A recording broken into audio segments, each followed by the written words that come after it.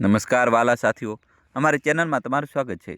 પાછા આવી જા બેટા સૂરજ, તરત જ પાછો આવી જા, નહીંતર આ સ્ત્રી મને ઠંડીથી મારી નાખશે. મોબાઈલના સ્પીકરમાંથી આવતો અવાજ ખરાબ રીતે થરથર ધ્રુજી રહ્યો હતો. જાણે બોલનાર ખૂબ જ તકલીફમાં હોય અને ડરી રહ્યો હોય. અમારા પિતાજીનો અવાજ હતો, જે હંમેશા પહાડ જેવા મજબૂત રહેતા હતા, પણ આજે તેઓ બાળકોની જેમ વિલાપ કરી રહ્યા હતા. મારા પગ નીચેની જમીન સરકી ગઈ. હું કંઈક બોલવા માગતો હતો, પૂછવા માગતો હતો કે કઈ સ્ત્રી? મારી પત્ની સુમન. પણ બીજી તરફથી ફક્ત એક હિંચકીનો અવાજ આવ્યો અને પછી એકદમ ફોન કપાઈ ગયો. મોબાઈલની સ્ક્રીન કાળી થઈ ગઈ, પણ મારા કાનમાં એ શબ્દ ઓગળેલા કાચની જેમ ઉતરી ગયા હતા. બહાર હિમવર્ષા થઈ રહી હતી, પણ મારા અસ્તિત્વમાં આગ લાગી ગઈ હતી. મેં તરત જ ફરીથી નંબર લગાવ્યો. ઘંટડી વાગતી રહી, પણ હવે કોઈએ ફોન ઉપાડ્યો નહીં. મારું દિલ જાણે કોઈ અજાણ્યા ડરથી ડૂબવા લાગ્યું હતું. શું મારી એ પત્ની, જેને હું સારી સમજતો હતો, મારા ગયા પછી મારા વૃદ્ધ પિતા સાથે આ બધું કરી રહી હતી? પિતાજીની એ વાત કે આ મને ઠંડીથી મારી નાખશે, મારા મગજ પર હથોડાની જેમ વરસી રહી હતી. મારું નામ સૂરજ છે. મારો જ્યારે જન્મ થયો, તારી માતા મને જિંદગી આપીને પોતે આ દુનિયામાંથી વિદાય થઈ ગઈ. મારી જિંદગીની શરૂઆતનો ભાગ મારી દાદીના છાયામાં જ વીત્યો હતો. મને યાદ છે કે પિતાજી આખો દિવસ પોતાની મહેનત મજૂરી માટે ઘરની બહાર રહેતા હતા અને દાદી મને સંભાળતી હતી. અવારનવાર રાત્રિના સમયે જ્યારે પિતાજી થાકીને ઘરે પાછા ફરતા અને મારી પાસે આવીને સૂતા, ત્યારે દાદી તેમને સમજાવતી. મને તેમના એ શબ્દો આજે પણ યાદ છે, જ્યારે તેઓ કહેતા હતા, બેટા ભાનુપ્રતાપ, તું હજુ જુવાન છે, તું મારું માને તો બીજા લગ્ન કરી લે. હું હવે વૃદ્ધ થઈ ગઈ છું. મારાથી હવે વધુ ઘર અને બાળકની જવાબદારી નથી ઉઠાવી શકાતી. જો કાલે હું મરી ગઈ તો આ માસૂમ બાળકનું શું થશે? પિતાજી હંમેશા એક જ જવાબ આપતા. તેમના લહેકામાં એક અજીબ ડર રહેતો. ના માં, હું બીજા લગ્ન નહીં કરી શકું. જો સાવકીમાં આવી ગઈ તો ખબર નહીં મારા દીકરા સાથે કેવો વ્યવહાર કરશે. મેં દુનિયામાં સાવકી માતાઓના ઘણા કિસ્સા સાંભળ્યા છે. હું મારા જીગરના ટુકડાને કોઈની દયા પર ના છોડી શકું. હું મારા દીકરા ખાતર મારી આખી જિંદગી દાવ પર લગાવી દઈશ, પણ તેને કોઈનો મોહતાજ નહીં થવા દઉં. પિતાજીનો આ નિર્ણય અટલ હતો. તેઓ મારા ખાતર પોતાની જવાની, પોતાની ઈચ્છાઓ અને પોતાનો આરામ બધું જ ત્યાગ કરી, એટલે કે કુરબાન કરવા તૈયાર હતા. પછી એ જ થયું જેનો ડર હતો. જ્યારે હું 8 વર્ષનો હતો, ત્યારે દાદી પણ મૃત્યુ પામ્યા. હવે ઘરમાં ફક્ત હું અને મારા પિતાજી જ રહી ગયા હતા. પિતાજી માટે આ સમય ખૂબ જ કઠિન હતો. તેમણે મને ઉછેરવાની જવાબદારી પોતાના ખભા પર ઉઠાવી લીધી. તેઓ વહેલી સવારે ઉઠીને મારા માટે નાસ્તો બનાવતા, મને નવડાવી ધોવડાવીને તૈયાર કરતા અને સ્કૂલે મોકલતા. મને સ્કૂલે મૂક્યા પછી તેઓ સીધા પોતાના કામ પર ચાલ્યા જતા. એ દિવસોમાં પિતાજી એક ફેક્ટરીમાં મજૂરી કરતા હતા. તેમને કામની વચ્ચે બપોરે જમવા માટે થોડો સમયનો બ્રેક મળતો હતો. તેઓ ઈચ્છતા તો એ સમય આરામ કરી શકતા હતા અથવા જમી શકતા હતા, પરંતુ તેઓ પોતાની ભૂખ મટાડવા નહોતા બેસતા. તેઓ પોતાનું જમવાનું છોડી દેતા અને ફેક્ટરીથી સાયકલ ચલાવીને મારી સ્કૂલે આવતા, જેથી મને રજાના સમયે ઘરે મૂકી શકે. રસ્તામાં આવતા તેઓ અવારનવાર મારા માટે કંઈક ને કંઈક ખાવાની વસ્તુ લઈ લેતા, ક્યારેક કોઈ ફળ તો ક્યારેક બિસ્કિટ. ઘરના દરવાજે પહોંચીને તેઓ મને અંદર મોકલતા અને હંમેશા એક જ વાત કહેતા, બેટા સૂરજ, દરવાજો બરાબર બંધ કરી લેજે અને અંદર જ બેસી રહેજે. કોઈ અજાણ્યા વ્યક્તિ માટે દરવાજો ના ખોલતો અને તારું ખૂબ જ ધ્યાન રાખજે. હું સાંજે જલ્દી આવી જઈશ. જ્યાં સુધી તેઓ સાંજે ઘરે પાછા નહોતા ફરતા, તેમને કામ પર પણ મારી જ ચિંતા રહેતી અને તેઓ વારંવાર ઘડિયાળ જોતા. પછી જેવી રજા પડતી, તેઓ દોડતા સીધા ઘરે આવતા. હું દરવાજાની તિરાડમાંથી તેમનો રસ્તો જોતો રહેતો. તેઓ આવતાની સાથે જ મને ગળે લગાવી લેતા અને પૂછતા કે મેં જમ્યું છે કે નહીં. તેઓ પોતે ભૂખ્યા રહી લેતા, પણ મારી દરેક નાની નાની જરૂરિયાતનું ધ્યાન રાખતા. તેમની આ કુરબાનીઓને જોઈને હું સમય કરતાં પહેલાં જ મોટો થઈ ગયો. હું જિદ્દી નહોતો, કારણ કે હું જાણતો હતો કે મારો બાપ મારા માટે પોતાનો લોહી પરસેવો એક કરી રહ્યો છે. મેં તે જ સમયે નિર્ણય કરી લીધો કે હું મોટો થઈને મારા પિતાજીને દુનિયાની દરેક ખુશી આપીશ. સમયની સાથે સાથે હું બધી વાતોને આદી થઈ ગયો હતો. પોતાનું ધ્યાન રાખવું અને ઘરની જવાબદારીઓ પણ હવે હું સમજવા લાગ્યો હતો. હું હવે એ 8 વર્ષનો બાળક નહોતો રહ્યો, જેને પિતાજી દરેક ક્ષણ પોતાની નજર સામે રાખતા હતા. એમએ સુધી અભ્યાસ કર્યો. પિતાજીનો શોખ હતો કે હું આગળ વધું અને મોટો ઓફિસર બનું, પરંતુ હું હવે પિતાજીના કરચલીવાળા ચહેરા અને નબળા હાથોને વધુ મહેનત કરતા જોઈ શકતો ન હતો. પછી એક રાત્રે જમ્યા પછી પિતાજી ખાટલા પર બેસીને હુક્કો પી રહ્યા હતા. ત્યારે મેં તેમની પાસે જઈને બેસવાની હિંમત કરી. મારા દિલમાં એક તોફાન હતું, પરંતુ જીભ પર એની ઈચ્છા હતી. મેં ધીમેથી કહ્યું, પિતાજી, મારે તમારી સાથે એક જરૂરી વાત કરવી છે. પિતાજીએ હુક્કાની નળી એક તરફ રાખી અને પ્રેમથી મારી તરફ જોયું. હા બેટા બોલ, શું વાત છે? શું યુનિવર્સિટીના એડમિશન માટે પૈસા જોઈએ છે? માથું નામ હલાવ્યું અને તેમના હાથોને મારા હાથોમાં પકડી લીધા. ના પિતાજી, હું હવે વધુ ભણવા નથી માગતો. હું ઈચ્છું છું કે હવે તમે આરામ કરો. તમે મારા માટે ખૂબ મહેનત કરી લીધી છે. હવે મારો વારો છે કે હું તમારા બધા દુઃખ દૂર કરી દઉં. હું તમારો સહારો બનું. પિતાજીના કપાળ પર કરચલીઓ દેખાવા લાગી. તું શું કરીશ? ભણવાનું અધૂરું છોડી દઈશ? મેં કહ્યું, પિતાજી, મેં ઈરાદો કર્યો છે કે હું બહાર કમાવા જઈશ. રસ્તોગી અંકલનો દીકરો પણ સાઉદીમાં છે. તેમણે કહ્યું છે કે ત્યાં ખૂબ કામ છે.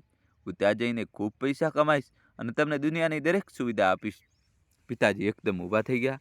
તેમના ચહેરા પર ડર અને ગુસ્સાના ચિહ્નો હતા. ના સૂરજ, બિલકુલ નહીં બેટા. હું તને મારી નજરથી દૂર મોકલવા નથી માગતો. મને સંપત્તિ નથી જોઈતી. મને મારો દીકરો જોઈએ છે. પરદેશમાં એકલો કેવી રીતે રહીશ? ત્યાં કોઈ પોતાનું નથી હોતું. હું પણ મારી જગ્યાએથી ઊભો થયો અને તેમને ખભાથી પકડીને બેસાડ્યા. પિતાજી, જીદ ના કરો. અહીં રહીને હું આખી જિંદગી મહેનત કરીશ તો પણ એટલું નહીં કમાઈ શકું કે આપણું ઘર બની શકે અને તમે શાંતિથી રહી શકો. તમારી પાસે જે જમાપુંજી છે તે મને આપી દો. હું વચન આપું છું કે થોડા વર્ષોમાં બધું બદલાઈ જશે. પછીના કેટલાય દિવસો સુધી અમારા ઘરમાં આ જ ચર્ચા ચાલતી રહી. પિતાજી મને બહાર મોકલવા તૈયાર નહોતા, પણ મેં ખાવા પીવાનું છોડી દીધું હતું.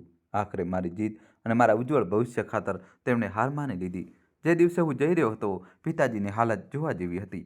તેમણે પોતાની આખી જિંદગીની કમાણી મારા હાથમાં મૂકી દીધી હતી. આ એ પૈસા હતા જે તેમણે મારા લગ્ન અને મારા ભવિષ્ય માટે ભેગા કર્યા હતા. પિતાજીએ રડતા રડતા મને ગળે લગાવી દીધો અને બોલ્યા, સૂરજ, જઈ તો રહ્યો છે, પણ એક વાત યાદ રાખજે કે ત્યાં જઈને મને ભૂલી ન જતો. તું મારી આખી દુનિયા છે. દરરોજ મને ફોન કરજે અને તારું ખૂબ ધ્યાન રાખજે. મેં તેમના આંસુ લૂછ્યા અને સ્મિત સાથે કહ્યું, પિતાજી, તમે ચિંતા ન કરો. હું બહુ જલ્દી તમારા માટે ઘણી બધી ખુશીઓ લઈને આવીશ. હું બહાર પરદેશ જતો રહ્યો.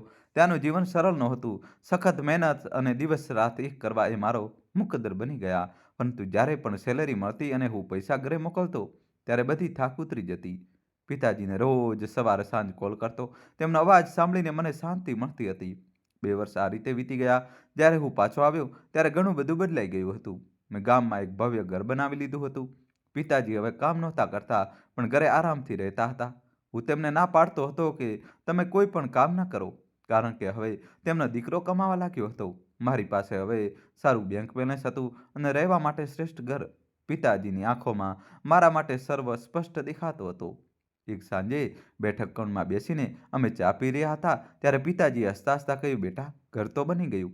હવે તેને વસાવનારની પણ જરૂર છે. હું ઈચ્છું છું કે તારા લગ્ન કરાવી દઉં. મારે હવે બહુ લાવવી છે, જેથી ઘરમાં રોનક આવી જાય અને કોઈ મારું ને તારું ધ્યાન રાખનાર હોય. મેં હસતા હસતા માથું નમાવી દીધું અને કહ્યું, તમારી મરજી પિતાજી, તમે જ્યાં કહેશો ત્યાં હું લગ્ન કરી લઈશ. પિતાજીને મારા લગ્નની ચિંતા થવા લાગી હતી. તેમણે મારા માટે માંગવું શોધવાનું શરૂ કરી દીધું. થોડા જ દિવસોમાં તેમણે એક શરીફ ખાનદાનની છોકરીને પસંદ કરી અને મારા લગ્ન નક્કી કરી દીધા. મને ખુશી હતી કે પિતાજી ખુશ છે. હું જાણતો નહોતો કે આ લગ્ન મારા જીવનમાં શું બદલાવ લાવવાના છે, પરંતુ તે સમયે બધું જ ખૂબ શાંતિપૂર્ણ લાગતું હતું. લગ્નની તૈયારીઓ જોરશોરથી શરૂ થઈ ગઈ અને હું એક નવા જીવનના ઉંબર ડગ માંડવા માંડ્યો હતો. અને પછી એ દિવસ આવી ગયો જેની રાહ હતી. લગ્નની ધમાલ પૂરી થઈ ગઈ હતી અને મહેમાનો ચાલ્યા ગયા હતા. રૂમમાં શાંતિ હતી, પરંતુ મારા દિલમાં એક અજીબ હલચલ મચી હતી. આ મારા જીવનનો એક નવો વળાંક હતો અને મારે પોતાની જાતને ખાતરી આપવાની હતી કે આ નવા વળાંકમાં મારા પિતાજીનું સ્થાન કોઈ પણ રીતે ઓછું નહીં થાય. મેં રૂમનો દરવાજો બંધ કર્યો અને સુમન પાસે જઈને બેસી ગયો. તે દુલ્હનના પોશાકમાં લપેટાઈને બેઠી હતી અને ઘૂમટો કાઢીને શાંત હતી.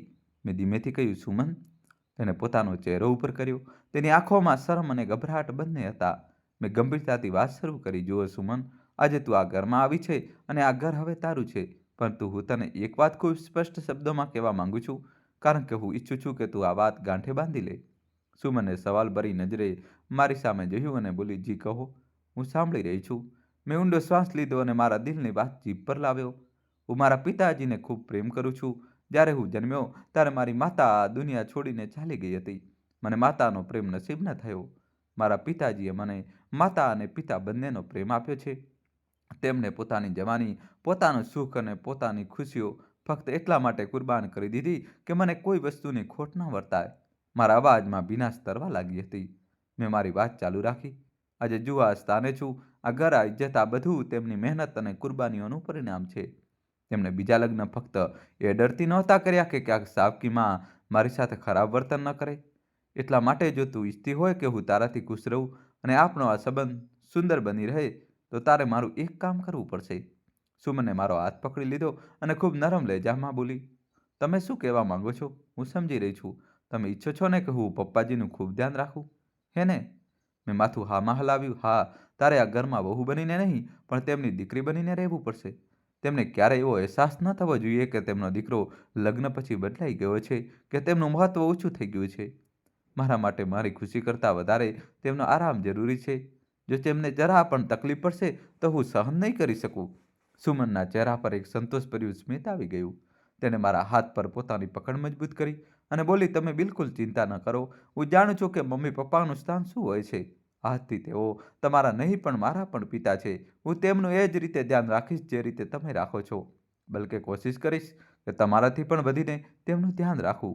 પપ્પાજી, હવે મારી જવાબદારી છે અને હું તેમને ક્યારેય એ ફરિયાદનો મોકો નહીં આપું. તેની વાત સાંભળીને મારા દિલ પરથી જાણે બોજ ઉતરી ગયો હતો. હું બેફિકર થઈ ગયો, કારણ કે તેના અવાજમાં સચ્ચાઈ હતી અને આંખોમાં ઈમાનદારી હતી. બીજી સવારે જ્યારે મારી આંખ ખુલી તો સુમન રૂમમાં નહોતી. હું ગભરાઈ ગયો. ગભરાઈને બહાર આવ્યો તો જોયું કે તે કિચનમાં નાસ્તો બનાવી રહી હતી. હું બેઠકમાં આવ્યો તો જોયું કે પિતાજી ખાટલા પર બેઠા બેઠા હસી રહ્યા હતા. તેમના હાથમાં ચાનો કપ હતો. પિતાજીએ મને જોતા જ શાંતિથી કહ્યું, સુરેશ બેટા, મારી વહુ કેટલી સારી છે. મારે તો ઉઠીને માંગવું પણ ન પડ્યું. આ વહેલી સવારે ઉઠીને મારા જાગતા પહેલા જ મારા માટે ગરમ ચા લઈ આવી. મેં સુમન તરફ જોયું કે ટ્રેમાં નાસ્તો લઈને આવી રહી હતી. તેણે સ્મિત સાથે પિતાજી સામે નાસ્તો મૂક્યો અને બોલી, પપ્પાજી, આલો, ખાઓ. મેં ખાસ તમારા માટે નરમ બનાવ્યો છે, જેથી તમને ચાવવામાં તકલીફ ન પડે. મારું દિલ ખૂબ ખુશ થયું. આ એ જ દ્રશ્ય હતું જેનું હું સપના જોતો હતો. પિતાજીના ચહેરા પર એ શાંતિ હતી જે હું હંમેશા જોવા માંગતો હતો. સુમન ખરેખર પોતાના વાયદાની પાકી નીકળી હતી. દિવસો પસાર થવા લાગ્યા અને સુમને ઘરનો આખો વહીવટ એટલે કે ઘરગથ્થું સંભાળી લીધું. પિતાજીને આદત હતી કે તેઓ સવારે ઉઠીને ચા પીતા અને પછી તેમને થોડી શાંતિ મળતી. તે તેમનું ધ્યાન રાખતી. બપોરે તેમને જમવાનું આપતી અને તેમની દવાઓનું ધ્યાન રાખતી. હવે હું મનમાં વિચારતો કે હું કેટલો નસીબદાર છું. મારી પાછળનું ટેન્શન ખતમ થઈ ગઈ હતી. પિતાજીનું એકલવાયુપણું પણ ખતમ થઈ ગયું અને હવે ગડપણમાં તેઓ ખરેખર આરામ કરી રહ્યા હતા. દોસ્તો, કહાની છેલ્લા સુધી જોજો અને વિડીયો લાઈક કરી ચેનલ સબસ્ક્રાઈબ કરી દો. સુમને તેમને દીકરીનો પ્રેમ આપ્યો જેની ખોટ કદાચ તેઓ હંમેશા અનુભવતા હતા. થોડા સમય પછી મારે ફરીથી બહાર સાઉદી કામ કરવા જવાની તૈયારી કરવાની હતી. મારી રજાઓ પૂરી થઈ રહી હતી અને મારે પાછા મારી નોકરી પર જવાનું હતું. પહેલાં જ્યારે હું જતો હતો ત્યારે મારું દિલ અહીં અટકેલું રહેતું હતું કે પિતાજી એકલા થઈ ગયા. જમ્યા હશે કે નહીં જમ્યા હોય, પરંતુ આ વખતે સ્થિતિ કંઈક અલગ હતી. જવાના એક રાત પહેલા હું અને સુમન રૂમમાં પેકિંગ કરી રહ્યા હતા. મેં સુમનને કહ્યું, સુમન, હું કાલે જઈ રહ્યો છું. મને હવે એ ચિંતા નથી કે જે પહેલાં થતી હતી. મને તારા પર પૂરો વિશ્વાસ છે. સુમને કપડાં સંકેલતા કહ્યું, તમે બસ શાંતિથી જાઓ અને તમારા કામ પર ધ્યાન આપો. ઘર અને પિતાજીની ચિંતા મારા પર છોડી દો. હું તેમને ક્યારેય એકલતા અનુભવવા નહીં દઉં. બીજી સવારે જતી વખતે પિતાજીની આંખોમાં આંસુ હતા, પરંતુ તેઓ નિરાંતમાં પણ હતા. તેમણે મને ગળે લગાવી લીધો અને આશીર્વાદ આપ્યા. જા બેટા, ઉપરવાળો તને ખૂબ પ્રગતિ આપે. મને હવે તારી ચિંતા નથી, કારણ કે વહુએ મને ખૂબ સંભાળી લીધો છે. તું બસ મહેનત કર અને પોતાનું ધ્યાન રાખ. મેં પિતાજીનો હાથ ચૂમી લીધો અને પછી સુમન તરફ જોયું. તેને આંખોથી જ મને ખાતરી આપી કે બધું બરાબર છે. હું ઘરની બહાર નીકળ્યો તો મારું દિલ હળવું હતું. હું જાણતો હતો કે પાછળ મારા પિતાજી સુરક્ષિત હાથોમાં છે. મને શું ખબર હતી કે તકદીરે મારા માટે શું લખી રાખ્યું છે અને આ શાંતિ આવનારા સમયમાં કોઈ તોફાનનો સંકેત સાબિત થશે. દોસ્તો, જલ્દીથી ચેનલ સબસ્ક્રાઈબ કરી દો. નવો ટ્વિસ્ટ આવશે. જ્યારે હું એરપોર્ટ તરફ જઈ રહ્યો હતો ત્યારે મારા મગજમાં માત્ર એ જ હતું કે હવે મારે વધુ મહેનત કરવી છે, જેથી પોતાના હસતા રમતા ઘરને હંમેશા ખુશાલ રાખી શકું. હું પાછો પરદેશ આવી ગયો હતો અને એ આવીને પોતાના કામમાં જોડાઈ ગયો. હવે મારા દિલ અને મગજ પર પેલો પહેલા જેવો બોજ નહોતો જે લગ્ન પહેલા હતો. પહેલાં જ્યારે હું કામ પર હતો ત્યારે મારું ધ્યાન બસ ઘર તરફ જતું રહેતું હતું કે પિતાજીએ જમ્યું હશે કે નહીં, અથવા તેઓ એકલા હશે, ઉદાસ હશે. પણ હવે મને ખાતરી હતી કે મારી પાછળ સુમન હાજર છે, જે તેમને એકલતા અનુભવવા નહીં દે. શરૂઆતમાં બહુ બધું સામાન્ય રીતે ચાલતું રહ્યું. હું રોજ ડ્યુટી પૂરી કરીને મારા રૂમમાં આવતો અને સૌથી પહેલાં ઘરે ફોન જોડતો. બીજી તરફથી સુમન ફોન ઉપાડતી અને મને ઘરની સુખ શાંતિના સમાચાર આપતી. એક દિવસ મેં ફોન કર્યો તો સુમનનો અવાજ ખૂબ ખુશમિજાજ હતો. હેલો, કેમ છો તમે? મેં પણ સ્મિત સાથે જવાબ આપ્યો, હું ઠીક છું. સુમન તું કહે ઘરમાં બધું બરાબર છે કે નહીં? પિતાજીની તબિયત કેવી છે? સુમને તરત જવાબ આપ્યો, તમે બિલકુલ બેફિકર રહો, પપ્પાજી બિલકુલ ઠીક છે. હમણાં થોડી વાર પહેલાં જ મેં તેમને જમાડ્યા છે અને હવે આરામ કરી રહ્યા છે. તેઓ તમને બહુ યાદ કરે છે. મેં તેને કહ્યું, જરા વાત તો કરાવો તેમની સાથે. સુમન ફોન પિતાજી પાસે લઈ ગઈ. પિતાજીનો નબળો અવાજ મારા કાને પડ્યો, સૂરજ બેટા કેમ છે? હું ઠીક છું પિતાજી, તમારી તબિયત કેવી છે? બહુ તમારું ધ્યાન રાખે છે કે નહીં? મેં તેમને જાણી જોઈને પૂછ્યું, જેથી મને પણ શાંતિ થાય. પિતાજીએ પૂરા સંતોષ સાથે જવાબ આપ્યો, બેટા ઉપરવાળો તારું ભલું કરે. તે મારી ગળપણની લાકડી મજબૂત કરી દીધી. બહુ મારું ખૂબ જ ધ્યાન રાખે છે, સમયસર દવા આપે છે, સમયસર ખાવાનું આપે છે. મારે તો હવે મારા કામ જાતે કરવા પણ નથી પડતા. પિતાજીની આ વાતો સાંભળીને મારી છાતી ગર્વથી ફૂલી જતી હતી અને હું બધું દિલ લગાવીને મહેનત કરવા લાગ્યો. આ રીતે દિવસો મહિનાઓમાં અને મહિનાઓ વર્ષોમાં બદલાતા ગયા. 2 વર્ષનો સમય પલક ઝપકતામાં વીતી ગયો. 2 વર્ષ પછી જ્યારે રજા પર પાછો ગયો ત્યારે ત્યાંનું દ્રશ્ય જોઈને મને બહુ શાંતિ મળી. મારું ઘર ચોખ્ખું ચણાક હતું અને દરેક વસ્તુ વ્યવસ્થિત રાખેલી હતી. પિતાજી પહેલાં કરતાં વધુ વૃદ્ધ થઈ ગયા હતા. તેમના વાળમાં સફેદાઈ વધી ગઈ હતી અને ચહેરા પર કરચલીઓ વધુ ઊંડી થઈ ગઈ હતી, પરંતુ તેમની આંખોમાં શાંતિ હતી. એક સાંજે પિતાજી પાસે બેઠો હું તેમના પગ દબાવી રહ્યો હતો ત્યારે પિતાજીએ મારો હાથ પકડી લીધો. સૂરજ, બસ કર બેટા, તું થાકી ગયો હોઈશ, મુસાફરી કરીને આવ્યો છે. મેં તેમના હાથને ચૂમી લીધો અને કહ્યું, પિતાજી હું નથી થાક્યો, તમે જણાવો કોઈ તકલીફ તો નથી ને? પિતાજીએ ટેકો લેતા કહ્યું, તકલીફ તો હવે ગડપણનો હિસ્સો છે બેટા, હાડકાં નબળા પડી ગયા છે. શરીર હવે સાથ નથી આપતું, પણ તારી પત્નીએ મને સંભાળી રાખ્યો છે. જો તે ન હોત તો કદાચ હું અત્યાર સુધી પથારીમાંથી ન ઉઠી શક્યો હોત. એક ક્ષણે મને મારી પત્ની પર ખૂબ પ્રેમ આવ્યો. મેં એ રજાઓ દરમિયાન સુમન માટે ઘણી ભેટો ખરીદી હતી અને તેનો આભાર માન્યો હતો. તેને મારા ગયા પછી મારા પિતાજીને ખૂબ સંભાળ્યા હતા. રજા પૂરી થઈ અને હું ફરીથી સાઉદી પાછો આવ્યો, પરંતુ આ વખતે પિતાજીની તબિયત ઝડપથી બગડવા લાગી હતી. પિતાજી અવારનવાર બીમાર રહેવા લાગ્યા હતા. ક્યારેક સાંધાનો દુખાવો તો ક્યારેક છાતીમાં તકલીફ. હું દર મહિને તેમને પૈસા મોકલતો અને સુમનને ફોન પણ કરતો. જો સુમન, પિતાજીની તબિયત મારા માટે સૌથી વધુ વહાલી છે, તો પૈસાની પરવા બિલકુલ ના કરતી. જે ડૉક્ટરને પણ બતાવવાનું હોય, જે ટેસ્ટ કરાવવાના હોય તે તરત જ કરાવજે. હું એટલા માટે જ બેઠો છું કે પૈસા મોકલી શકું. સુમન મને દરેક વખતે ખાતરી આપતી, તમે પરેશાન ના થાવ સૂરજ. હું તેમને શહેરના સૌથી સારા ડૉક્ટર પાસે લઈ ગઈ હતી. ડૉક્ટરે કેટલીક દવાઓ આપી છે અને કહ્યું છે કે નબળાઈ છે, ખોરાક અને આરામથી ઠીક થઈ જશે. દવા તો સમયસર આપી જ રહ્યો છું ને? મેં ચિંતાથી કહ્યું, એક ટાઈમની પણ દવા ચૂકતી નહીં? ડૉક્ટરે જે ફળ અને જ્યુસ કયા છે તે પણ તેમને આપી રહી છે ને? હા, તમે બસ ત્યાં તમારા કામ પર ધ્યાન આપો અને પોતાનું ધ્યાન રાખો. એ બધું મારે હવાલે કરી દો. મને હવે મારી પત્ની પર એટલો બધો ભરોસો થઈ ગયો હતો કે તે જ પણ કહેતી કે હું માની લેતો. તે કહેતી કે ડૉક્ટરની ફી વધારે છે, હું તરત જ પૈસા મોકલી દેતો. તે કહેતી કે પિતાજી માટે નવું બિસ્તર જોઈએ, હું તરત જ વ્યવસ્થા કરી દેતો. મારી સામે પણ સુમન પિતાજીનું ખૂબ ધ્યાન રાખતી હતી અને પિતાજી પણ હંમેશા એમ જ કહેતા કે અમારી બહુ બહુ સારી છે. હું સમજી રહ્યો હતો કે મેં મારી જવાબદારી પૂરી કરી દીધી છે. હું પૈસા મોકલી રહ્યો હતો અને મારી પત્ની તેમનું ધ્યાન રાખી રહી હતી. દોસ્તો, કહાનીમાં નવો ટ્વિસ્ટ આવશે, છેલ્લા સુધી જોજો અને ચેનલ સબસ્ક્રાઈબ કરી દો. પણ મને ખબર નહોતી કે પરદેશમાં બેસીને માણસ જે તસવીર જોઈ રહ્યો હોય છે, હકીકતમાં તેનાથી કંઈક અલગ હોય છે. થોડો સમય આ રીતે પસાર થયો. હું પૈસા મોકલતો રહ્યો અને સુમન અને પિતાજીની તબિયતના સમાચાર આપતી રહી. પરંતુ દરેક વખતે ધીરે ધીરે એક અજીબ સિલસિલો શરૂ થઈ ગયો. પહેલાં હું જ્યારે પણ કોલ કરતો ત્યારે પિતાજી સાથે 2-4 મિનિટ વાત થઈ જતી હતી. પરંતુ હવે ઘણા દિવસો વીતી ગયા હતા. મારા પિતાજી સાથે વાત જ નહોતી થઈ શકતી. એક સાંજે મેં ડ્યુટી પરથી પાછા આવીને ઘરે ફોન કર્યો. ઘંટડી વાગતી રહી અને પછી સુમને ફોન ઉઠાવ્યો. હેલો, બધું બરાબર છે? આજે આટલી મોડેથી ફોન ઉઠાવ્યો? મેં પૂછપરછના લહેકામાં પૂછ્યું. સુમનના અવાજમાં ગભરાટ હતો. હું જરા રસોડામાં હતી, હાથ ભીના હતા, બસ એટલા માટે વાર લાગી ગઈ. તમે કહો, કેમ છો? હું ઠીક છું, તું જરા પિતાજી પાસે જા, મારે તેમની સાથે વાત કરવી છે. આજકાલ કામના બહારને લીધે ટાઈમ જ નહોતો મળતો, તો વિચાર્યું કે આજે જલ્દી વાત કરી લઉં. મેં કહ્યું તો બીજી તરફ થોડી ક્ષણો શાંતિ રહી.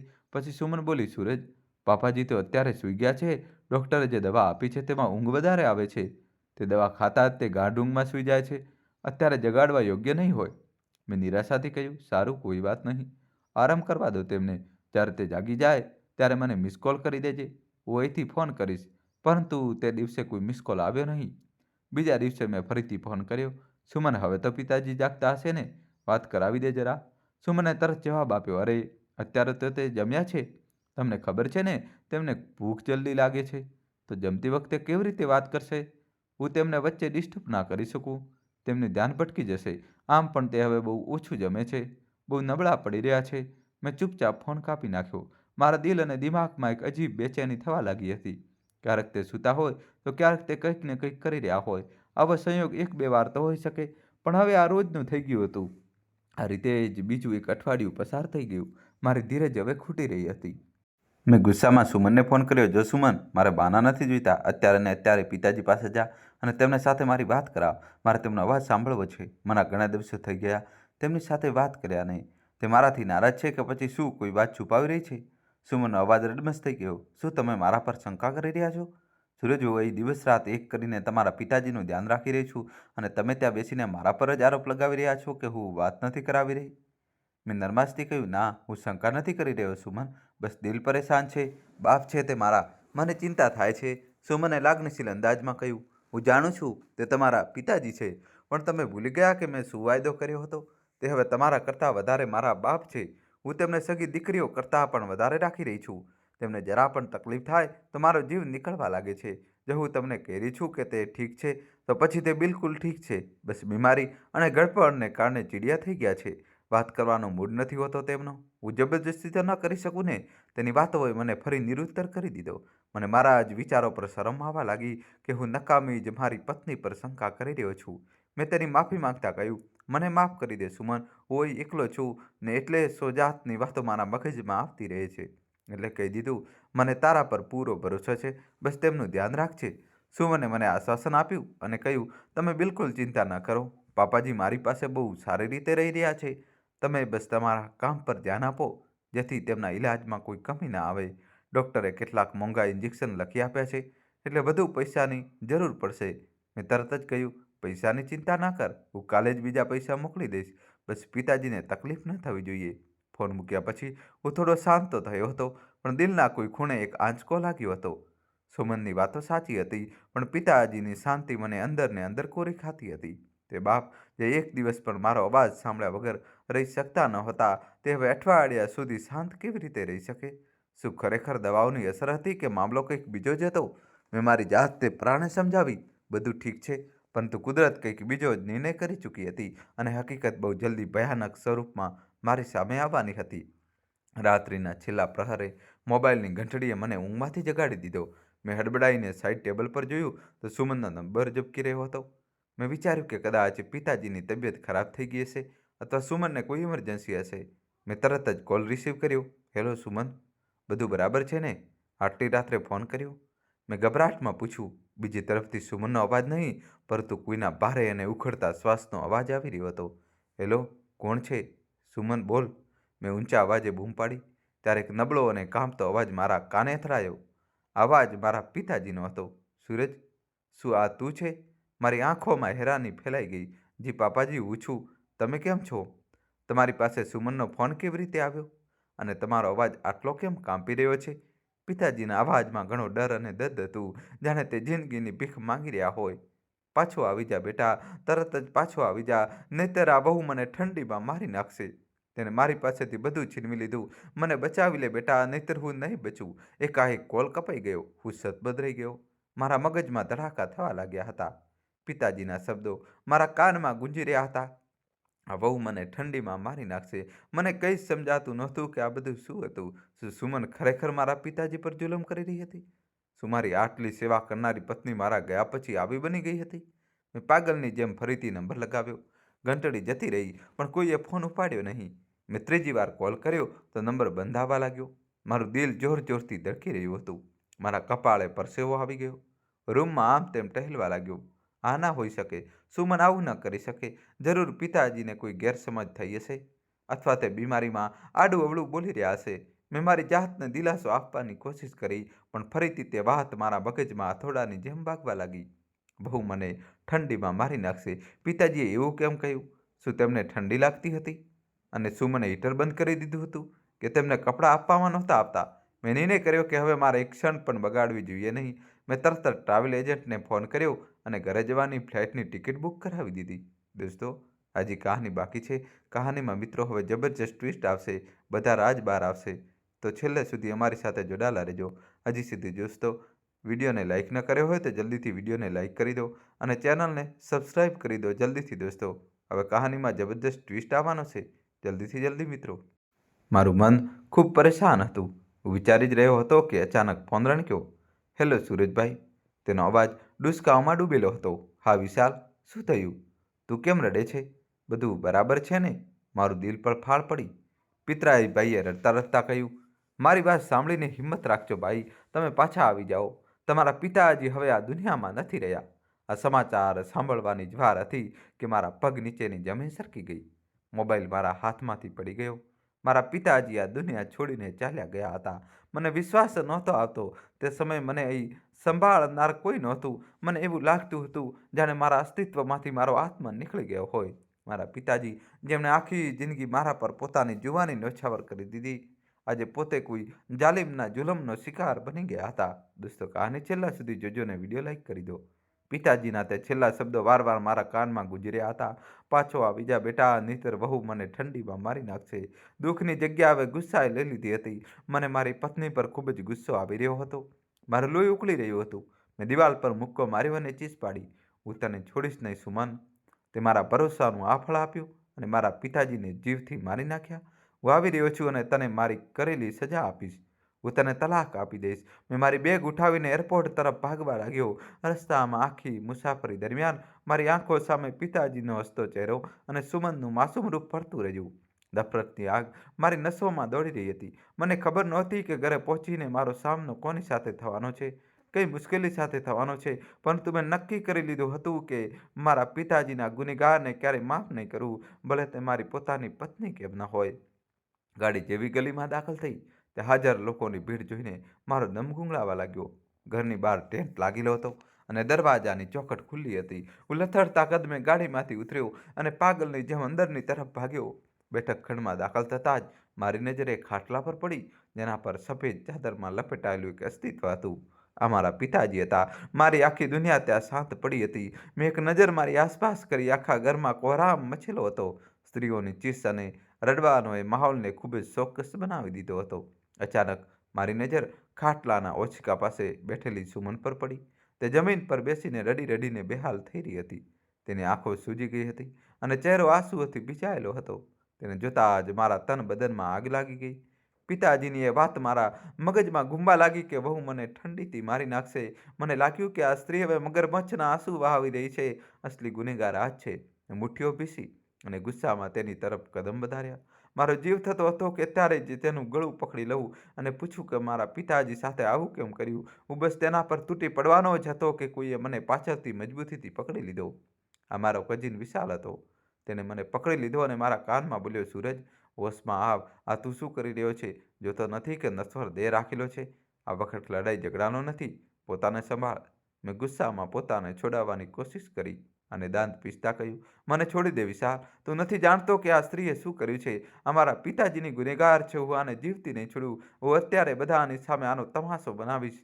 વિશાલે મને સખ્તાઈથી રોક્યો અને ધીમા અવાજે સમજાવ્યો, તું અત્યારે જજ્બાતી થઈ રહ્યો છે કારણ કે આઘાત ખૂબ ઊંડો છે. લોકો શું કહેશે? શાંત થઈ જા. સૂરજ, પિતાજી પાસે બેસ. પછી જે કરવું હોય તે કરી લેજે. અત્યારે આવું ન કર.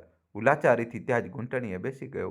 મારી નજરો સુમન પર ટકેલી હતી, જે પિતાજીની લાશને વળગીને રડી રહી હતી. તે પાગલની જેમ પિતાજીના પગને ચૂમી રહી હતી અને પછી તેણે જે શબ્દો કહ્યા તેને મને ચોંકાવી દીધો. સુમન ડુસકા ભરતા રડતા રડતા કહી રહી હતી, પાપાજી, મને માફ કરી દો. હું તમારી ગુનેગાર છું. હું તમને બચાવી શકી નહીં. હું બહુ મજબૂર થઈ ગઈ હતી, પરંતુ હું તમને વચન આપું છું કે હું તમારો બદલો જરૂર લઈશ. જેને પણ તમારી સાથે જુલમ કર્યો છે, હું તેને ક્યારેય માફ નહીં કરું. હું તેનો ચહેરો બધાની સામે લઈ આવીશ. મને તેની વાત બહુ નવાઈ લાગી. બદલો? આ કોની સાથે એની બદલો લેવાની વાત કરી રહી છે? ગુનેગાર તો આ પોતે છે. શું આ પોતાને બચાવવા માટે ડ્રામા કરી રહી છે? મેં નફરતથી વિચાર્યું, જરૂર આ લોકોની સહાનુભૂતિ મેળવવા માટે આવું કરી રહી છે, જેથી કોઈને એના પર શંકા ન જાય. મેં નફરતથી મોઢું ફેરવી લીધું. હું તેનું મોઢું પણ જોવા માંગતો નહોતો. થોડીવાર પછી મહોલ્લાના વડીલો મારી પાસે આવ્યા અને વાતો કરવા લાગ્યા. મેં પોતાને પથ્થર જેવો બનાવી લીધો. મારું મગજ ફક્ત એક જ વાત વિચારી રહ્યું હતું કે અંતિમ સંસ્કાર પછી હું સુમનનો હિસાબ ચૂકતે કરીશ. એટલામાં એક માણસે મારા ખભા પર હાથ મૂક્યો અને બોલ્યો, બેટા, હવે અંતિમ સંસ્કારનો સમય આવી ગયો છે. તું અમારી સાથે આવ. પિતાજીને છેલ્લી વાર જોઈ લે અને સાથે મદદ કર. તેમણે ગંભીરતાથી કહ્યું, બેટા સૂરજ, મારે તને એક જરૂરી વાત કરવી છે. તે મને એક બાજુ લઈ ગયા. એ વડીલે ધીમા અવાજે મને કંઈક કહેવા માંગ્યું તો મેં આંસુ સાફ કરતા કહ્યું, જી. તે વડીલે પિતાજીની નશ્વર દેહ તરફ ઇશારો કરતા કહ્યું, તારા પિતાજીએ પોતાના મરતા પહેલા થોડા દિવસ પહેલા મારી પાસેથી એક વચન લીધું હતું. હું તેમને મળવા માટે આવ્યો હતો. તેમણે મારો હાથ પકડીને કહ્યું હતું કે જો મારા મૃત્યુ સમયે મારો દીકરો આવી પહોંચે તો તેને મારો એક સંદેશ જરૂર આપજો. હું ચોંકી ગયો. કેવો સંદેશ? પિતાજીએ શું કહ્યું હતું? તેમણે કહ્યું, મારા દીકરાને કહેજો કે મારા અંતિમ સંસ્કાર પહેલાં મારો ચહેરો ખોલીને ધ્યાનથી જરૂર જુએ. વડીલે જણાવ્યું તો મને નવાઈ લાગી કે પિતાજીએ આવી વસિયત કેમ કરી હતી. પછી મેં ધ્રુજતા હાથે કહ્યું, જી, તમે એમના ચહેરા પરથી કપડું હટાવો, હું જોવા માંગુ છું. તે વડીલે ધીરેથી પિતાજીના ચહેરા પરથી ચાદર હટાવી. જેવી મારી નજર પિતાજીના ચહેરા પર પડી, મારા રૂવાડા ઊભા થઈ ગયા. મારા ગળામાં અટવાયેલી ચીસ બહાર નીકળતા રહી ગઈ. પિતાજીના ચહેરા પર મૃત્યુ પછી પણ એક એવું સ્મિત હતું જાણે તે જીવતા હોય અને કોઈ બહુ ખુશાલ સપનું જોઈ રહ્યા હોય. તેમના ચહેરા પર રોનક હતી. મેં રડતા રડતા વડીલને પૂછ્યું, આ સ્મિત? તે તો આટલી તકલીફમાં મર્યા હતા, તો પછી આ શાંતિ કેવી? ત્યારે વડીલે મારા ખભા પર હાથ રાખીને કહ્યું, બેટા, આ ભલા માણસોની નિશાનીમાં ગણાય છે, પણ આ સ્મિત જણાવી રહ્યું છે કે તે કોઈ બહુ મોટા બોજમાંથી આઝાદ થઈને ગયા છે. મેં પિતાજીના કપાળને ચૂમ્યું. મને આ સ્મિત એવું લાગ્યું જાણે પિતાજી મને દિલાસો આપી રહ્યા હોય, પરંતુ એ સ્મિતે મારી અંદરની આગને ઠંડી ન કરી, પણ વધુ ભડકાવી દીધી.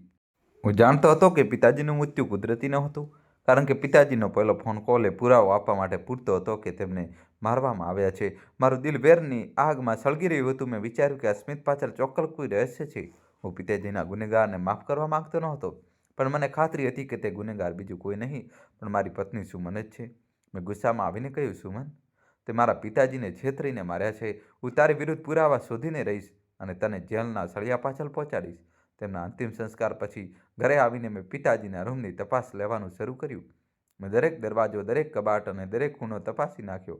હું શોધી રહ્યો હતો કે કદાચ કોઈ ઝેરી દવા મળી જાય, કોઈ એવી વસ્તુ મળી જાય જેનાથી સાબિત થઈ શકે કે તેમને મારવામાં આવ્યા છે અથવા ભૂખ્યા રાખવામાં આવ્યા છે. મેં પલંગની ગાદીઓ ઉથલપાથલ કરી નાખી, તેમની દવાઓની બોટલો ચેક કરી. હું પાગલપણાની હાલતમાં દરેક વસ્તુ આમ તેમ ફેંકી રહ્યો હતો કે અચાનક દરવાજો ખુલ્યો અને સુમન અંદર આવી. તમે શું કરી રહ્યા છો સૂરજ? હોશમાં તો છો ને? રૂમની હાલત કેમ બગાડી રહ્યા છો? તેને ડરતા ડરતા પૂછ્યું અને મેં તેની સામે જોયા વગર ચીસ પાડીને કહ્યું, તું અહીંથી દફા થઈ જા.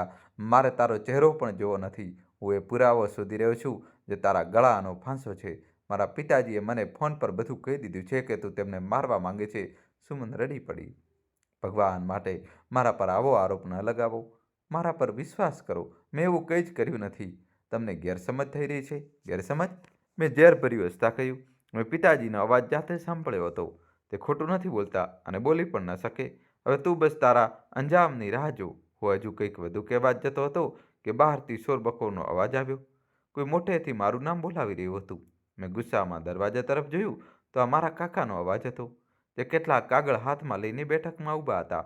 મને ખબર નહોતી કે એ કાગળો મારી જિંદગીમાં તોફાન લાવવાના છે. હું પાગલની જેમ રૂમમાં વસ્તુઓ અહીં તહીં ફેંકી રહ્યો હતો કે અચાનક કાકા અને બીજા લોકો સાથે દરવાજા પર ઊભેલા દેખાયા. તેમના હાથમાં કેટલાક સ્ટેમ્પ પેપર હતા. તેમના ચહેરા પર એક અજીબ જીતનું સ્મિત હતું, જે આ શોકમય વાતાવરણમાં બહુ ભારે લાગતું હતું. સૂરજ, બસ કર આ બધું. હવે આ વસ્તુઓનો કોઈ ફાયદો નથી, કાકાએ તીખા અવાજે કહ્યું. મેં ગુસ્સામાં તેમની તરફ જોયું અને પૂછ્યું, શું કહેવા માંગો છો કાકાજી? અને આ કાગળ શું છે? કાકાએ કાગળ મારી તરફ લંબાવતા કહ્યું, જો તારા પિતાજીએ પોતાની જિંદગીમાં જ પોતાની બધી જમીન જાયદાદ મારા નામે કરી દીધી છે. હવે આ ઘર અને જમીનનો માલિક હું છું. મારા પગ નીચેની જમીન સરકી ગઈ. મેં એ કાગળ તેમના હાથમાંથી લઈ લીધા અને વાંચવા લાગ્યો. તેના પર ખરેખર પિતાજીના અંગૂઠા લાગેલા હતા. મેં આઘાત સાથે કહ્યું, આ તો અશક્ય છે. પિતાજી આવું ક્યારેય ન કરી શકે. આ બધી જાયદાદ મારી કમાણીથી બની હતી. હું બહાર કામ કરી રહ્યો હતો, પૈસા મોકલતો રહ્યો અને પિતાજી દરેક વસ્તુ ખરીદતા રહ્યા. તે મારી સાથે આવો વિશ્વાસઘાત તો ન કરી શકે, અથવા તમે છેતરીને અંગૂઠા લગાવ્યા છે. પિતાજી આવું ક્યારેય પણ કરી શકે નહીં. કાકાજી હસવા લાગ્યા. હવે છેતરપિંડી હોય કે મરજી, કાયદેસર રીતે આ બધું મારું છે. તો સારું રહેશે કે તું તારી પત્નીને લઈને અહીંથી નીકળી જા. હું ગુસ્સામાં તેમની તરફ વધ્યો જતો કે પાછળથી સુમનનો ગાજતો અવાજ સંભળાયો. જૂઠું બોલી રહ્યા છે. આજ પાપાના ગુનેગાર છે. હું અને કાકા બંને ચોંકીને ફરી ગયા. સુમન દરવાજામાં ઊભી હતી. તેની આંખોમાં હવે ડરની જગ્યાએ વેરની આગ હતી. તે કાકા તરફ આંગળી ચીંધીને ચીસો પાડી રહી હતી. સૂરજ, ભગવાન માટે મારી વાત સાંભળો. આ જે માણસ છે જેણે આપણી જિંદગી બરબાદ કરી, આ મને રોજ ધમકી આપતા હતા કે જો મેં તમને કંઈ જણાવ્યું તો તે તમને બહાર મરાવી નાખશે. હું હેરાન પરેશાન, ક્યારેક પત્નીને જોતો તો ક્યારેક કાકાને. સુમન, આ શું શું કહી રહી છે? ખુલીને જણાવ. સુમન રડતા રડતા આગળ વધી અને બોલી, પાપાજી તો તમારી જિંદગીની કસમને લીધે શાંત રહ્યા. આ રોજ ઘરે આવતા અને પાપાજીને મારતા પીટતા હતા કે જાયદાદ મારા નામે કરી દો. પાપાજી ફક્ત એટલા માટે શાંત રહ્યા કારણ કે આ કહેતા હતા કે તેમના માણસો બહાર વિદેશમાં છે, તમારી પાછળ લાગેલા છે, અને જો પાપાએ કંઈ કર્યું તો તે તમને મારી નાખશે. પાપાજી નહોતા માંગતા કે તમારી જિંદગીમાં કોઈ ખતરો આવે. કાકાએ ગુસ્સામાં આગળ વધીને સુમનને થપ્પડ મારવાની કોશિશ કરી. બકવાસ બંધ કરતા રહી. હવે તરત જ કાકાનો હાથ પકડી લીધો અને તેમને જોરથી ધક્કો માર્યો. ખબરદાર જો મારી પત્નીને હાથ પણ લગાડ્યો તો. સુમન, પૂરી વાત જણાવ. સુમને ડુસકા ખાતા કહ્યું. એ કમનસીબ દિવસે એમણે મારા ફોનથી જબરજસ્તી પાપાજી પાસે પહેલો કોલ કરાવ્યો. તેમણે પાપાને લમણે બંદૂક રાખી હતી અને કહ્યું હતું કે જો સૂરજને એવું નહીં કહે તો બહુ જુલમ કરી રહી છે તો અત્યારે જ ગોળી મારી દઈશ. પાપાએ તમને બચાવવા માટે અને મારી જાન બચાવવા માટે એ જૂઠું બોલ્યું હતું, જ્યારે અસલમાં જાયદાદ પોતાના નામે કરાવી ચૂક્યા હતા અને પાપાને રસ્તામાંથી હટાવવા માગતા હતા. મારા મગજમાં બધી વાતો પોતાની જગ્યાએ ફિટ થવા લાગી. પિતાજીનો પહેલો ફોન કોલ, પિતાજીનો ડરેલો અવાજ, બધું સ્પષ્ટ થઈ ગયું. મને મારી મૂર્ખામી અને કાકાના લોભ પર બહુ ગુસ્સો આવ્યો. મને પસ્તાવો થયો કે આજ સુધી પિતાજીના સંબંધીઓ સાથે અમે કંઈ ભલાઈ નથી કરી અને તેમણે જ મારા પિતાજીને મારી પાસેથી છીનવી લીધા. સુમને આગળ જણાવ્યું, સૂરજ, એમને પાપાને છેલ્લા કેટલાય દિવસોથી રૂમમાં બંધ કરી રાખ્યા હતા. અમારો ફોન પણ છીનવીને લઈ ગયા હતા. પાપા કેટલાય દિવસ સુધી ભૂખ્યા તરસ્યા અંદર રહ્યા. ઠંડીમાં તેમની પાસેથી દાબડો પણ છીનવી લેવામાં આવ્યો હતો. આ ઠંડી અને ભૂખને કારણે પાપાનું મૃત્યુ થયું છે. હકીકતમાં એમનો ગુનો છે. આ સાંભળીને મારું લોહી ઉકળી ઉઠ્યું. મેં કાકાને પકડી લીધા અને ગરજવા લાગ્યો, તે મારા પિતાજીને તડપાવીને માર્યા. હું તને જીવતો નહીં છોડું. કાકાએ મારું ગળું પકડી લીધું અને ધક્કો મારતા બોલ્યા, હા, મારી નાખ્યો મેં તારા બાપને. ડોસો બહુ ઉડતો હતો. હવે તને પણ એવી જ રીતે મારી નાખીશ અને કોઈને ખબર પણ નહીં પડે. કાકાએ ખિસ્સામાંથી પિસ્તોલ કાઢવાની કોશિશ કરી, પણ ત્યારે જ સુમને દરવાજા તરફ ઇશારો કર્યો. બહુ મોડું થઈ ગયું છે. મેં પોલીસને ઇન્ફોર્મ કરી દીધું હતું. બહાર પોલીસના સાયરનનો અવાજ ગુંજવા લાગ્યો. કાકાના ચહેરાનો રંગ ઉડી ગયો. મેં નફરતથી તેમને જમીન પર પટકી દીધા. સત્ય સામે આવી ગયું હતું અને મારો એક શક જે સત્ય બની ગયો હતો. હવે ખાતરીમાં બદલાઈ ગયો કે મારી પત્ની નિર્દોષ છે અને મારો અસલી દુશ્મન મારા ઘરનો જ એક સભ્ય નીકળ્યો. પોલીસના ભારે બૂટનો અવાજ આવતા ઘરમાં એક નવી હલચલ મચી ગઈ. ઇન્સ્પેક્ટર પોતાના જવાન સાથે ઝડપથી અંદર દાખલ થયા અને તેમણે ક્ષણભરમાં કાકાને ઘેરી લીધા. કાકા, જે હમણાં થોડી વાર પહેલા શાંતિ ધમકીઓ આપી રહ્યા હતા, હવે પોલીસને જોઈને ભીની બિલાડી બની ગયા હતા. તેમના હાથમાંથી એક કાગળો પડીને જમીન પર વિખરાઈ ગયા, જે તેમના લોભ અને ગુનાને જીવતો જાગતો પુરાવો હતો. મેં નફરત ભરી નજરે મારા કાકા તરફ જોયું અને ઇન્સ્પેક્ટરને કહ્યું, ઇન્સ્પેક્ટર સાહેબ, આ જે માણસ છે જેને મારા પિતાજીને માર્યા છે, અને જાયદાદના લોભમાં મારા વૃદ્ધ અને બીમાર બાપને ભૂખ્યા તરસા રાખ્યા અને ઠંડીમાં તડપાવીને મારી નાખ્યા. અને માત્ર કોઈનો જીવ જ નથી લીધો, પણ વિશ્વાસઘાત પણ કર્યો છે અને ડરાવીને જાયદાદ પોતાના નામે કરાવી છે. કાકાએ છેલ્લી કોશિશ કરતા બૂમો પાડવાનું શરૂ કર્યું. આ જૂઠું બોલી રહ્યો છે ઇન્સ્પેક્ટર. આ પાગલ થઈ ગયો છે. બધું મારા ભાઈએ પોતાની મરજીથી મને આપ્યું હતું. પરંતુ ઇન્સ્પેક્ટરે આગળ વધીને કાકાના હાથમાં હથકડી લગાવી અને બોલ્યા, તારી સફાઈ હવે કોર્ટમાં આપજે. અમને તારી વિરુદ્ધ સૂરજની પત્નીનું નિવેદન અને કેટલીક રેકોર્ડિંગ્સ મળી ચૂકી છે, જેનાથી સાબિત થાય છે કે તે તેમને ધમકાવ્યા હતા. પોલીસ મારા કાકાને લઈને ચાલી ગઈ. જતી વખતે કાકા મને અને સુબનને ખરાબ શબ્દો કહેતા રહ્યા, પણ હવે તેમના અવાજમાં એ તાકાત રહી નહોતી જે થોડી વાર પહેલાં હતી. તેમના ગયા પછી ઘરમાં એક સન્નાટો છવાઈ ગયો. એ તોફાન જે કેટલાય દિવસોથી અમારી જિંદગીમાં ઉઠ્યું હતું, હવે શાંત થયું હતું, પણ પોતાની પાછળ તબાહીના નિશાન છોડી ગયું હતું. હું ત્યાં જ જમીન પર બેસી ગયો અને બંને હાથથી મારું માથું પકડી લીધું. મારું શરીર ધ્રુજી રહ્યું હતું. મેં માથું ઊંચકીને સુમન તરફ જોયું, જે દિવાલ સાથે માથું ટેકવીને શાંત ઊભી હતી. તેનો ચહેરો આંસુઓથી ભીંજાયેલો હતો, પણ તેની આંખોમાં એક અજીબ શાંતિ હતી કે સત્ય સામે આવી ગયું. હું મારી જગ્યાએથી ઉઠ્યો અને ધીરે ધીરે સુમન પાસે ગયો. મારું માથું શરમથી ઝૂકેલું હતું. મને પોતાના પર ધૃણા આવી રહી હતી. હું કેવો હલકો વિચાર રાખી રહ્યો હતો. મેં ધ્રુજતા હાથે હાથ જોડ્યા અને સુમન સામે ઊભો રહી ગયો. મારી આંખોમાંથી આંસુ વહી રહ્યા હતા. સુમન, મારો અવાજ રડમસ થઈ ગયો. મને માફ કરી દે. હું બહુ મોટો ગુનેગાર છું. મેં તારા પર બહુ શંકા કરી. મેં એ સ્ત્રી પર આરોપ લગાવ્યો જેને મારા પિતાજીનું આટલું ધ્યાન રાખ્યું, પોતાના દિવસ રાત એક કરી દીધા. સાચે જ હું આંધળો થઈ ગયો હતો સુમન. મને પિતાજીએ ફોન કોલ સમજાયો નહીં અને મેં મારા ગુસ્સાનું વલણ તારી તરફ જ વાળી દીધું. સુમને આગળ વધીને મારા જોડાયેલા હાથ પકડી લીધા અને રડતા રડતા બોલી, સૂરજ, પ્લીઝ એવું ન કરો. તમે મારા માથાના તાજ છો. તમે માફી માંગીને મને શરમાવી રહ્યા છો. હું જાણું છું કે સંજોગો જ એવા થઈ ગયા હતા કે કોઈ પણ હોત તો આવું જ વિચારત. પાપાજીએ જે શબ્દો કહ્યા હતા એટલા ભયાનક કે કોઈ પણ દીકરાનું લોહી ઉકળી ઉઠે. મેં ડુસકા ભરતા કહ્યું, પણ તે આ બધું કેવી રીતે એકલીએ સહન કર્યું? તે મને જણાવ્યું કેમ નહીં? તું જુલમ સહતી રહી. સુમને આંસુ લૂછતા કહ્યું, હું મજબૂર હતી સૂરજ. કાકા રોજ આવતા હતા અને બંદૂક બતાવીને કહેતા કે તેમના માણસો બહારના દેશમાં તમારી પાછળ લાગેલા છે. તે કહેતા જો મેં મોઢું ખોલ્યું કે પાપાએ કંઈ જણાવ્યું તો ત્યાં જ તમને જાનથી મારી નાખશે. પાપાજી પોતાની જાન કરતાં વધારે તમારી જાનને પ્યારી કરતા હતા. તેમણે મને કસમ આપી હતી કે હું તમને કંઈ પણ નહીં જણાવું. તે કહેતા હતા કે મારો દીકરો સલામત રહેવો જોઈએ, ભલે મારી જાન જતી રહે. દોસ્તો, કહાની છેલ્લા સુધી જોજો. આ સાંભળીને હું ચોધાર આંસુએ રડી પડ્યો. મારા પિતાજીએ મળતી ઘડી સુધી ફક્ત મારી જ ચિંતા કરી. તે પોતે ભૂખ અને ઠંડી સહન કરતા રહ્યા જેથી હું પરદેશમાં બરાબર રહું. હવે મને સમજાયું કે પિતાજીના ચહેરા પર એ સ્મિત કેમ હતું. મેં સુમન તરફ જોતા કહ્યું, હવે મને સમજાયું કે પિતાજીના ચહેરા પર સ્મિત કેમ હતું. તે એટલા માટે હસી રહ્યા હતા કારણ કે તે સફળ થઈ ગયા હતા. તેમને પોતાની જાન આપીને મને બચાવી લીધો હતો અને તેમને ખાતરી હતી કે તેમનો દીકરો આવશે અને તેમના અંતિમ સંસ્કાર કરશે તો સત્ય સુધી પહોંચી જ જશે. તે જાણતા હતા કે હું તારા પર વિશ્વાસ કરું ન કરું પણ હું તેમના ગુનેગારને શોધી જ કાઢીશ. સુમને માથું હલાવ્યું. તે બહુ બહાદુર માણસ હતા. છેલ્લી ઘડીએ પણ તેમણે કાકાને કહ્યું હતું કે તું મારું શરીર મારી શકે છે પણ મારા દીકરાના પ્રેમને નહીં મારી શકે. મેં સુમનના માથા પર હાથ રાખ્યો અને દિલના ઉડાણથી તેનો આભાર માન્યો. હું તારો ઉપકાર આખી જિંદગી પણ નહીં ઉતારી શકું. તે માત્ર મારા પિતાજીની દીકરી બનીને તેમનું ધ્યાન જ નથી રાખ્યું પરંતુ તેમના કહેવા પર પોતાની ઇજ્જત અને જાનને જોખમમાં મૂકીને મારી જિંદગી બચાવી. તો હું આખી જિંદગી પણ નહીં કરી શકું.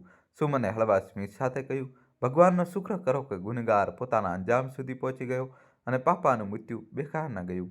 રાત્રે હું મોડે સુધી પિતાજી વિશે વિચારતો રહ્યો. મારું દિલ શાંતિથી ભરેલું હતું. મને જિંદગીનો સૌથી મોટો પાઠ મળી ગયો હતો. હું વિચારતો હતો કે માણસ ગમે તેટલો નબળો હોય તે આંખોથી જે જોઈને નિર્ણય કરે છે ત્યારે હકીકત અવારનવાર પડદા પાછળ છુપાયેલી હોય છે. આપણે અવારનવાર એ લોકો પર શંકા કરીએ છીએ જે આપણા સૌથી મોટા હિતેચ્છુ હોય છે. મારી પત્ની જેના પર મેં ગુનેગાર હોવાનો આરોપ લગાવ્યો તે મારી જિંદગીની સૌથી મોટી રક્ષક નીકળી અને એ કાકા જે લોહીનો સંબંધ રાખતા હતા, જેમને પિતાજી પોતાના ભાઈ સમજતા હતા, તે આસ્તીનનો સાપ નીકળ્યા. આ દુનિયા અજીબ છે. અહીં જે લોકો પર આપણે હદથી વધારે ભરોસો કરીએ છીએ ક્યારેક ક્યારેક તે જ આપણા સૌથી મોટા દુશ્મન બનીને સામે આવી જાય છે અને જેમને આપણે નજરઅંદાજ કરીએ છીએ કે શંકાની નજરે જોઈએ છીએ તે મુશ્કેલ સમયમાં આપણા માટે મસીહા સાબિત થાય છે. સંબંધોની ઓળખ ક્યાંયની નહીં પણ અહેસાસ અને પ્રામાણિકતાથી થાય છે. મારા પિતાજીએ પોતાની જાન આપીને મને સંબંધોની ઓળખ કરાવી હતી. તેમની એ સ્મિત હંમેશા મારા માટે મિસાલ રહેશે કે સત્યને ગમે તેટલું દબાવવામાં આવે તે બહાર આવી જ જાય છે. બીજા દિવસે સવારે જ્યારે સૂરજનું પહેલું કિરણ આંગણામાં પડ્યું તો એવું લાગ્યું જાણે ઘણા દિવસો પછી રોશની અમારા ઘરમાં આવી હોય. છેલ્લા થોડા દિવસોથી આખી ઉથલપાથલ, દર્દ, ગમ અને ગુસ્સા જાણે હવે શાંત થઈને મારા દિલના કોઈ ખૂણામાં જગ્યા બનાવી લીધી હતી. હું વરંડામાં બેસી પિતાજીનો ફોટો જોઈ રહ્યો હતો. એ સ્મિત, એ જ શાંતિ, એ જ અતૂટ ભરોસો. સુમન મારા માટે ચા લઈને આવી. તેની આંખોની લાલચ સ્પષ્ટ દેખાતી હતી પણ આજે તેમાં ડર નહોતો, ન તો કોઈ બોજ. તે ધીરેથી મારી પાસે આવીને બેસી ગઈ. ચાનો કપ મને પકડાવીને તે ચૂપચાપ આકાશ જોવા લાગી. મેં તેને કહ્યું, સુમન, હવે બધું ખતમ થઈ ગયું. કાકા જેલમાં છે. પિતાજીના આત્માને હવે શાંતિ મળશે. દોસ્તો, કહાની છેલ્લા સુધી જોજો. નવો ટ્વિસ્ટ આવશે. વિડીયો લાઈક કરી ચેનલ સબસ્ક્રાઈબ કરી દો. સુમને ધીમા અવાજે કહ્યું, સૂરજ, હવે ખતમ નથી થયું. પાપાજી સાથે જે થયું માત્ર ઘરની અંદર નહીં પરંતુ કેટલાય ઘરોમાં થાય છે. લાલચ, સંબંધો પર શંકા અને મજબૂરીમાં મૌન, તેની વાતોએ મારા દિલને સ્પર્શી લીધું. મેં તેની તરફ જોતા કહ્યું, તો પછી શું કરવું જોઈએ? સુમને મારી તરફ જોયું. તેની આંખોમાં હવે ડર નહીં, એક આગ હતી. પાપાજી ઈચ્છતા હતા કે તમે મજબૂત બનો અને હું ઈચ્છું છું કે તમે બીજા કોઈ સૂરજને આ દર્દમાંથી પસાર થવા ન દો. ચાલો પોતાના નામ પર એક ટ્રસ્ટ બનાવીએ. એવા વડીલો માટે જેઓ એકલા છે, જેમના પર તેમના પોતાના લોકો જુલમ કરે છે, જેમને કોઈ સાંભળનાર નથી. હું તેની વાત સાંભળીને થોડીવાર ચૂપ રહ્યો. પછી મેં ઊંડો શ્વાસ લીધો અને કહ્યું, હા, પિતાજીના નામ પર ભાનુપ્રતાપ વિશાળ ટ્રસ્ટ, જેથી કોઈ પણ બાપ ભૂખ અને ઠંડીથી ન મરે અને કોઈ પણ દીકરો શંકાની આગમાં પોતાની જ પત્નીને ગુનેગાર ન બનાવી દે. સુમનની આંખો ભરાઈ આવી. પાપાજીને આ જ જોઈતું હતું કે તમે ન્યાય કરો, પરંતુ નફરત સાથે નહીં પણ ઇન્સાનિયત, માનવતા સાથે. તેને પોતાના પાલવતી આંખો લૂછી અને ધીમેથી બોલી, સૂરજ, દર્દ આપણને તોડતું નથી. જો આપણે ઈચ્છીએ તો જ દર્દ આપણને નવું રૂપ પણ આપી શકે છે. મેં ઘણા દિવસો પછી પહેલીવાર હળવું સ્મિત કર્યું. તો પછી આપણે બંને મળીને બીજા માટે એ જ બનીશું જે પિતાજી મારા માટે હતા. એક દિવાલ, એક સહારો અને ભરોસો. અમે બંને પિતાજીની તસવીર પાસે ઊભા રહ્યા. મેં ફોટોને સ્પર્શીને ધીમેથી કહ્યું, પિતાજી, આ સ્મિત હવે હું સમજી ગયો છું. તમે ફક્ત મને બચાવ્યો નથી, મને એક સારો માણસ બનાવ્યો છે. સુમને મારા ખભા પર હાથ રાખ્યો. સૂર્યનો પ્રકાશ હવે રૂમમાં ફેલાઈ ચૂક્યો હતો. અમારી જિંદગીના અંધકાર ખતમ નહોતા થયા, પરંતુ પ્રકાશને રસ્તો બતાવવાનું શરૂ કરી દીધું હતું. આ વાર્તાનો સૌથી મોટો પાઠ એ છે કે સંબંધો ક્યારેય શંકાના પાયા પર ટકી શકતા નથી. ક્યારેક આપણને લાગે છે કે આપણે સાચા છીએ, આપણી વાત સત્યની સૌથી નજીક છે, પરંતુ સત્ય હંમેશા એટલું સીધું હોતું નથી જેટલું આપણે વિચારીએ છીએ. લોકોની આંખોમાં જે દર્દ હોય છે તે અવારનવાર તેમની સચ્ચાઈમાંથી જ પેદા થાય છે. આપણે તેને જોઈને પણ અવગણીએ છીએ, કારણ કે આપણું મગજ પહેલેથી જ પોતાનો ફેસલો સંભળાવી ચૂક્યું હોય છે. ગેરસમજ એક એવી આગ છે જેમાં સત્ય બળતું નથી, પરંતુ સંબંધો બળીને રાખ થઈ જાય છે. કહેવાય છે કે જિંદગીમાં સૌથી ભારે બોજ પસ્તાવાનો હોય છે, કારણ કે તેની સાથે માણસ બે લડાઈઓ લડે છે. એક ભૂતકાળ સાથે જેને તે બદલી શકતો નથી, અને બીજું પોતાની જાત સાથે જેને તે માફ કરી શકતો નથી. આપણે જ્યારે કોઈ પોતાના પર આક્ષેપ લગાવીએ છીએ ત્યારે આપણે ફક્ત તેમનું દિલ નથી દબાવતા, તે ભરોસાના મૂળ પણ કાપી નાખીએ છીએ, જેને વધતા વર્ષો લાગે છે. અને ઘણીવાર જ્યારે સત્ય સામે આવે છે ત્યારે નુકસાન એટલું ઊંડું થઈ ચૂક્યું હોય છે કે માફી પણ નાની લાગવા લાગે છે. ખેર, બીજા દિવસે સવારે સૂરજ અને સુમને પિતાજીની તસવીર સામે ઊભા રહીને તે ટ્રસ્ટના પહેલા ડગલા પર ચર્ચા કરી. ઘરમાં હજી પણ શાંતિ હતી, પણ હવે આ શાંતિ દુઃખની નહીં પરંતુ એક ઉદ્દેશની હતી. સૂરજે કહ્યું, આપણે તેને ભાનુપ્રતાપ વિશાળ ટ્રસ્ટ કહીશું. પિતાજીનું નામ અને વિશ્વાસ જે આપણે લગભગ ખોઈ દીધો હતો. બંને તે મારે છે. સુમને પાસે રાખેલા કાગળો ઉઠાવ્યા. હા સૂરજ, અને તેનું કામ ફક્ત પૈસા આપવાનું નહીં હોય. આપણે વડીલો માટે એક સારો બનવાનું છે, એક એવો અવાજ જે તેમની ચૂપકીદીને તોડી શકે. તેમની વાતચીત એક યોજનામાં બદલાઈ ગઈ. તેમણે નિર્ણય લીધો કે ટ્રસ્ટનું શરૂઆતી કામ કાનૂની સહાય અને ભાવનાત્મક સમર્થન પર કેન્દ્રિત હશે. તેઓ એવા વકીલોનો સંપર્ક કરશે જે વડીલોના મિલકત વિવાદોમાં મદદ કરી શકે, અને એક એવી હેલ્પલાઇન શરૂ કરશે જ્યાં વડીલો પોતાની આપવીતી કોઈ પણ ડર વગર જણાવી શકે. સૂરજે સ્મિત સાથે કહ્યું, સુમન, તે એકવાર કહ્યું હતું કે દર્દ આપણને તોડતું નથી પણ નવું બનાવી દે છે. આ ટ્રસ્ટ તેનો સૌથી મોટો પુરાવો હશે. કાકાનો કેસ કોર્ટમાં ચાલ્યો ગયો. સુમનનું રેકોર્ડિંગ, તેમના નિવેદનો અને સૌથી વધીને પિતાજીના રૂમમાં તેમની ભયાનક સ્થિતિનો પોલીસ રિપોર્ટ, બધું જ કાકાની વિરુદ્ધ પાકા પુરાવા હતા. અદાલતે મિલકત પર લાગેલો સ્ટે હટાવ્યો અને પાછી સૂરજના નામે કરી દીધી. કાકાએ તેમના ક્રૂર ગુના માટે કડક સજા મળી, જે તેમના લાલચ અને હિંસાનો સાચો અંજામ હતો. મિલકત પાછી મળ્યા પછી સૂરજ અને સુમને પહેલું કામ ટ્રસ્ટને કાનૂની રૂપ આપવાનું કર્યું. તેમણે ઘરનો એક ભાગ ભાનુપ્રતાપ નિવાસના નામથી ટ્રસ્ટના કેન્દ્ર તરીકે સમર્પિત કરી દીધો. સુમને પ્રસ્તાવ મૂક્યો, સૂરજ, આપણે એ લોકોને પણ સામેલ કરવા જોઈએ જેમણે આ દર્દ સહન કર્યું છે. જે લોકો હવે એકલા છે તેમને અહીં પરિવાર જેવું વાતાવરણ મળવું જોઈએ. ટૂંક સમયમાં જ ભાનુપ્રતાપ વિશ્વાસ ટ્રસ્ટ ચર્ચમાં આવી ગયું. તેમની હેલ્પલાઇન પર લોકલ કોલ આવવા લાગ્યા, અને ઘણીવાર વડીલોએ કાનૂની અને ભાવનાત્મક મદદ મળી. સૂરજ અને સુમનની વાર્તા, તેમના કામની પ્રેરિત થઈને ઘણા લોકો ટ્રસ્ટ સાથે જોડાવા લાગ્યા. આ માત્ર એક સંસ્થા નહોતી, આ તૂટેલા ભરોસાને જોડવાનું એક મંચ બની ગયું હતું. એક સાંજ સૂરજ ભાનુપ્રતાપ નિવાસમાં બેઠેલા એક વડીલ સાથે વાત કરી રહ્યો હતો, જેમની જમીન તેમના દીકરાએ છેતરપિંડીથી હડપી લીધી હતી. તેમની આંખોમાં એ જ દર્દ હતું જે પિતાજીના અવાજમાં હતું. સૂરજે ધીમેથી કહ્યું, બાબાજી, મારું નામ સૂરજ છે. મેં પણ આ જ ભૂલ કરી હતી. મેં મારા સૌથી મોટા શુભચિંતક પર શંકા કરી હતી. આ વાતચીત સૂરજ માટે એક ચિકિત્સાલય થેરેપી જેવી હતી. તે બીજાને સહારો આપતા પોતાની જાતે પણ તે પસ્તાવાના બોધથી હળવો થઈ રહ્યો હતો. તેને શીખ્યું કે માફી માંગવી એ માત્ર એક શબ્દ નથી, તે કર્મ છે. તેને સુમનને જે ઈજા પહોંચાડી હતી તેને હવે તે બીજાની મદદ કરીને ભરી રહ્યો હતો. ટ્રસ્ટના કામમાં સુમનની ભૂમિકા સૌથી મહત્વપૂર્ણ હતી. તે દરેક વડીલને સાંભળતી, તેમને દર્દ અનુભવતી અને તેમને ફરીથી જીવવાની હિંમત આપતી. તે હવે ડરમાં નહોતી જીવી રહી, પરંતુ ન્યાયની આગથી પ્રજ્વલિત હતી, જે દરેક અંધકારને દૂર કરવા લાગી હતી. ઘણા વર્ષો વીતી ગયા. ભાનુપ્રતાપ વિશ્વાસ ટ્રસ્ટ દેશના ખૂણે ખૂણે ફેલાઈ ગયું. સૂરજ અને સુમન હવે માત્ર પતિ પત્ની નહોતા, પણ ન્યાય અને માનવતાના પ્રતીક બની ગયા હતા. એક વર્ષગાંઠ પર તેઓ પિતાજીની તસવીર સામે ઊભા હતા. સુમને કહ્યું, પાપાજીનું સ્મિત હવે હું સાચે જ સમજી ગઈ છું. તેમણે ફક્ત આપણો જીવ બચાવ્યો નથી, પરંતુ આપણને એક મોટો ઉદ્દેશ આપ્યો છે. સૂરજે પોતાની પત્નીનો હાથ પકડ્યો અને ઊંડો શ્વાસ લીધો. તું સાચું કહી રહી છે સુમન. આ દુનિયા અજીબ છે જ્યાં લોહીના સંબંધો પણ ક્યારેક આસ્તીનો સાપ બની જાય છે. અને એક અજાણી સુમન પોતાની જાતને અજાણી કરી હતી, કારણ કે લગ્ન પછી પણ તેને એ પ્રકારનો પ્રેમ નહોતો મળ્યો જે તે પરિવારની રખેવાળી બની જાય. આ વાર્તાનો સૌથી મોટો પાઠ એ જ છે કે સંબંધોની ઓળખ જન્મથી નહીં પણ કર્મ, અહેસાસ અને પ્રામાણિકતાથી થાય છે. શંકા હંમેશા આંખોને આંધળી કરી દે છે, ત્યારે વિશ્વાસ પડદા પાછળ છુપાયેલા સત્યને પણ ઉજાગર કરી દે છે. જીવનમાં જ્યારે પણ કોઈ ભારે બોજ લાગે તો તેને પસ્તાવામાં ન બદલો, તેને પરિવર્તનના એક હથિયારમાં બદલી નાખવો. સૂરજે પિતાજીની તસવીર જોઈ, જ્યાં તેમનું સ્મિત પહેલાં કરતાં વધુ ઊંડું અને શાંત લાગતું હતું. પિતાજી, હવે મને તમારા નિર્દોષ હોવાનો પુરાવો મળી ગયો છે. તમારું બલિદાન વ્યર્થ નથી ગયું. પ્યારા મિત્રો, આ વાર્તા પરથી આપણને એ શીખવા મળે છે કે સંબંધોની અસલી ઓળખ જન્મ કે લોહીના સંબંધોથી નહીં પણ પ્રેમ, વિશ્વાસ અને પ્રામાણિકતાથી થાય છે. ક્યારેક આપણે આપણા સૌથી નજીકના લોકો પર શંકા કરી બેસીએ છીએ અને અજાણતા તેમનું દિલ દુભાવી દઈએ છીએ.